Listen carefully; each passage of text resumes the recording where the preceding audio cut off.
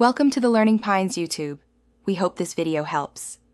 In this video, I will compare Figma versus Photoshop. Figma is a powerful, cloud-based tool designed for interface design and real-time collaboration, making it ideal for UI/UX teams. Photoshop, on the other hand, is a robust raster graphics editor, the industry standard for intricate photo manipulation, digital painting, and complex image compositing. We'll explore their core functionalities and help you understand which tool best suits your creative workflow and project needs. Delving into features, Figma offers unparalleled real-time collaboration, allowing multiple designers to work simultaneously on a single file. Its vector-based editing ensures scalability for user interface elements. Photoshop provides advanced selection tools and non-destructive editing, crucial for detailed photographic work and intricate image adjustments.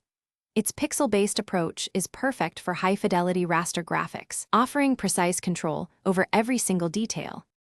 Regarding accessibility and teamwork, Figma operates entirely in your web browser, meaning you can access it from virtually any operating system without installation.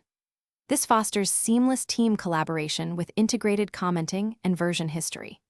Photoshop requires a desktop application, available for Windows and Mac OS, and while it supports creative cloud libraries, its collaboration often relies on external file sharing methods, making real-time co-editing less direct.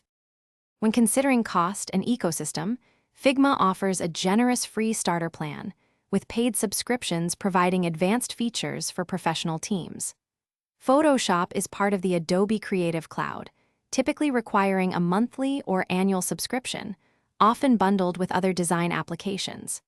Both boast extensive plugin ecosystems, but Figma's are geared towards UI/UX workflows, while Photoshop's cater to a broader range of graphic design and photography needs, offering thousands of brushes and filters. Thanks for watching. Consider subscribing if we helped you.